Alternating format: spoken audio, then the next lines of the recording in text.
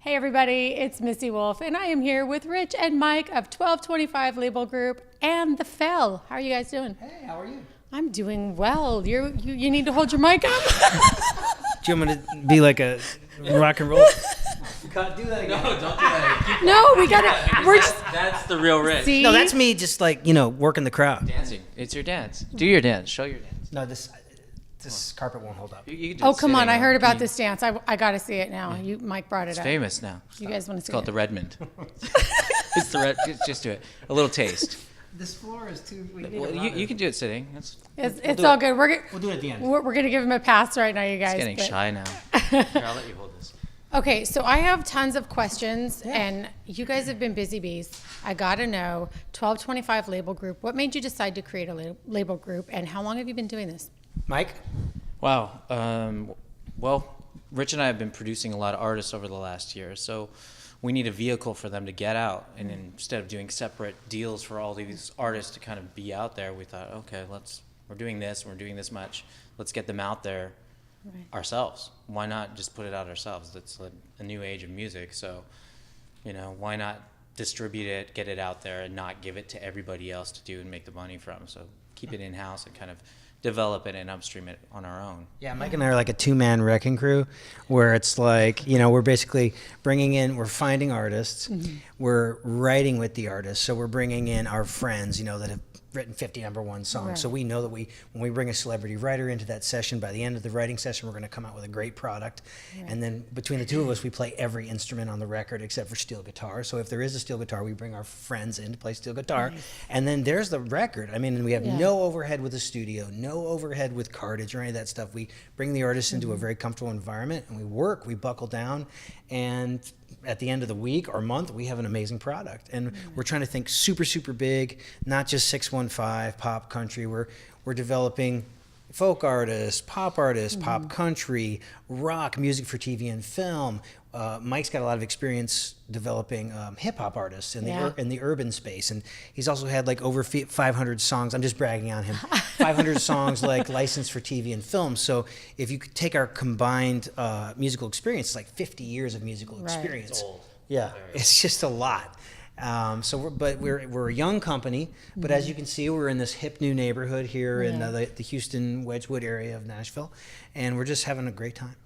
I love it, and I love that you guys together do bring so much to the table for the new artists that are out there and people who are, wanting to expand and figure things out, because, I mean, you guys have worked with so many people, and I know that you've got all of those experiences and all of that stuff that you can pass on to them. What has been your favorite part about this so far? Seeing Rich dance every day.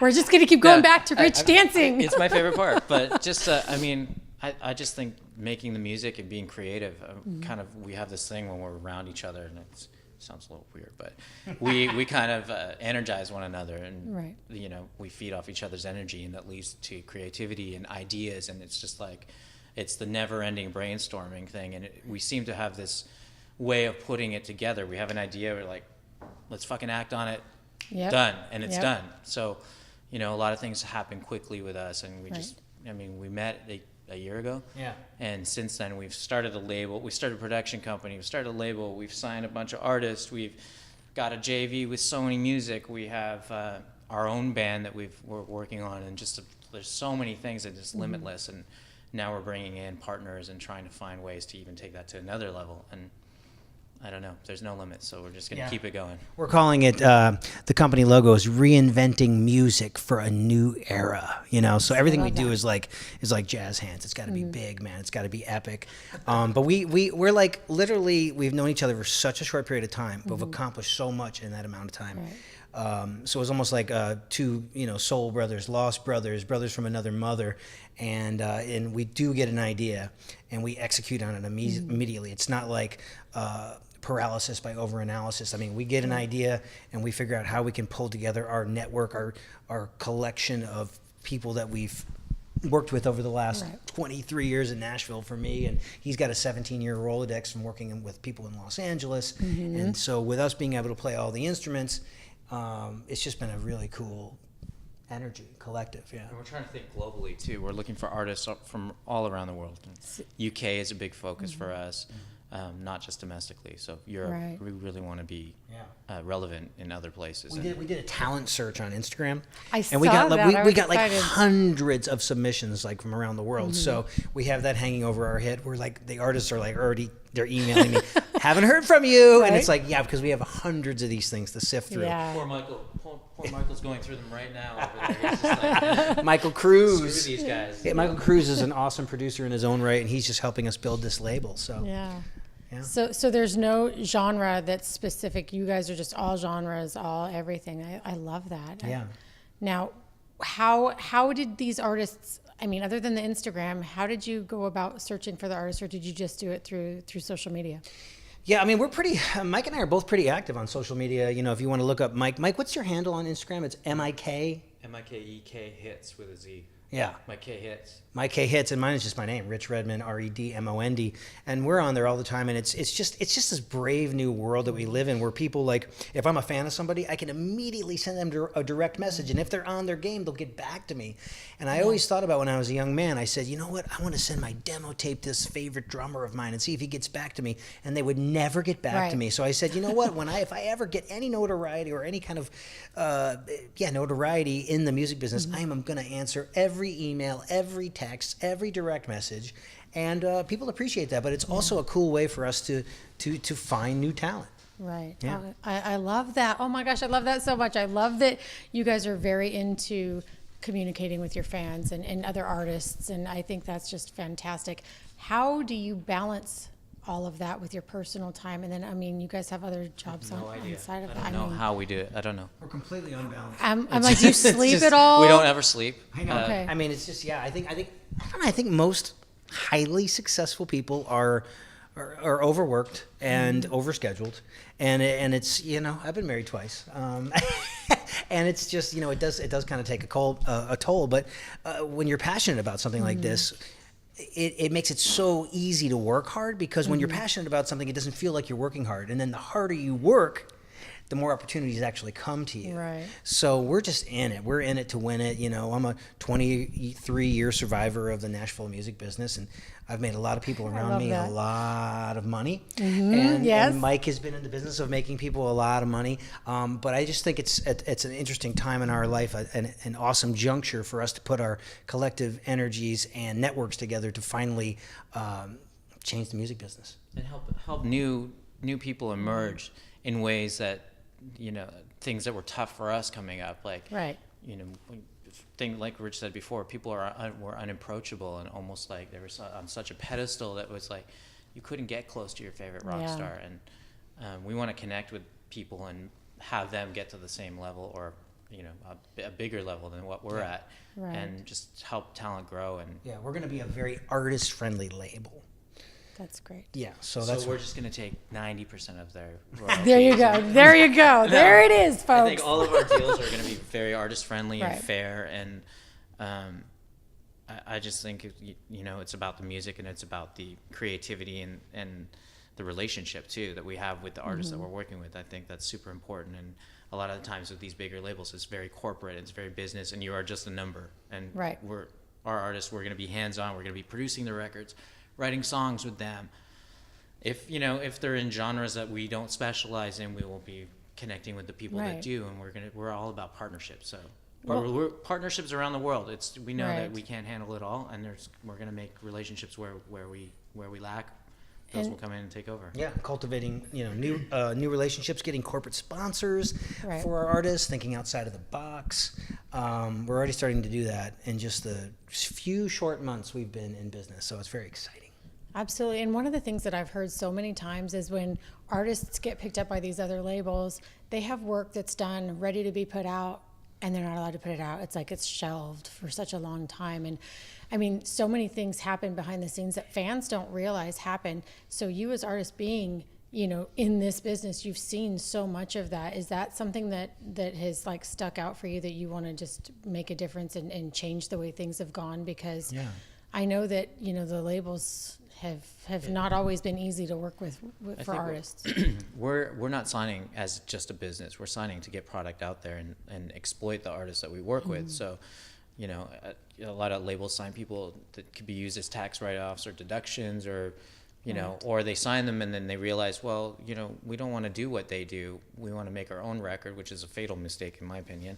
And then they send them through these rounds and write with everyone, different producers, and then they're stuck and they're like, well, we don't have a direction. We don't know where to put them. We don't know what genre they fit, what their demographic is. And I think, you know, it's a new age. We don't have to think like that. We don't have limits or borders. We can just put it out wherever it works. And we're going to sign people that we feel that we connect with and we can do something with. And we're going to work really damn hard. Yeah, we're not afraid to roll up our sleeves and keep long hours and do the thing. All right, so let's get to your music then. The Fell. Yeah. Okay, I mean, now we're talking about creating your music and putting it out there. And how have, man, you guys have been so hard working, like just so busy doing everything. How has that been for you? How's that whole process been for you? Well, Mike that's kind of like Mike's project that he started years ago. And, you know, just because we're besties now, he's like, you gotta recut all the drums on this. So we did like two 18-hour days, and I recut all the drums on the project. And I think we probably have about 15 songs. I think 10 or 11 were, you know, Mike's original compositions. And then I think we've written another 3 or 4.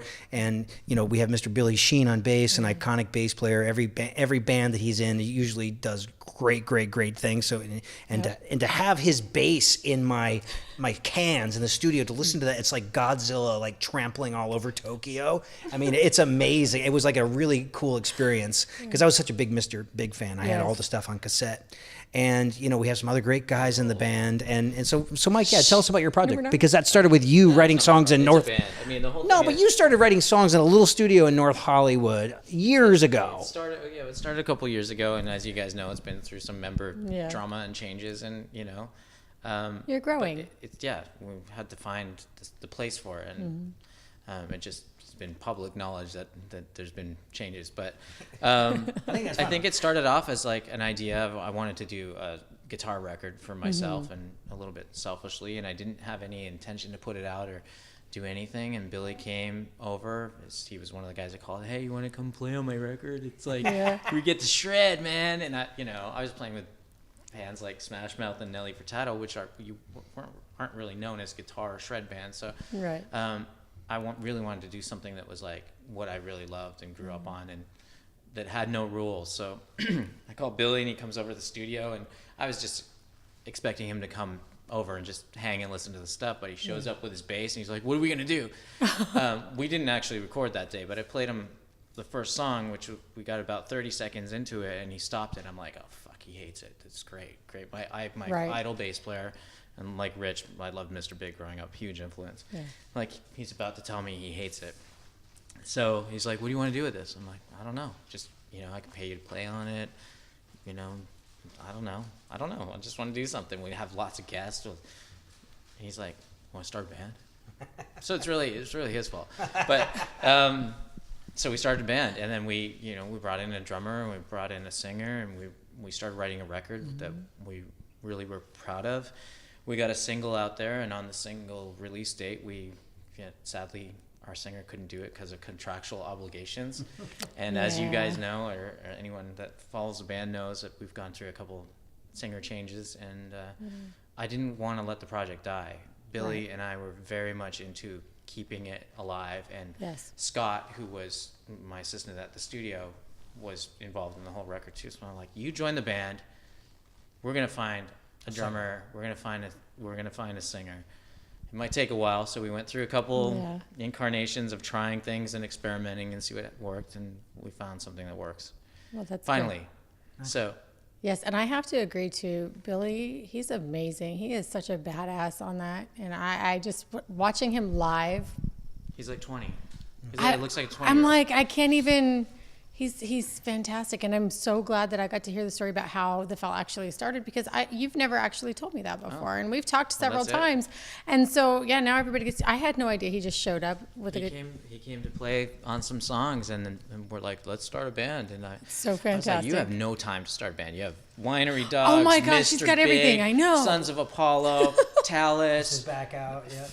Yeah. They were gonna do the David Lee Roth thing. They were talking about that at the time, and they got shut down in LA for a fire thing. So hopefully that stalled a little bit. We can keep them to ourselves for a while. Right.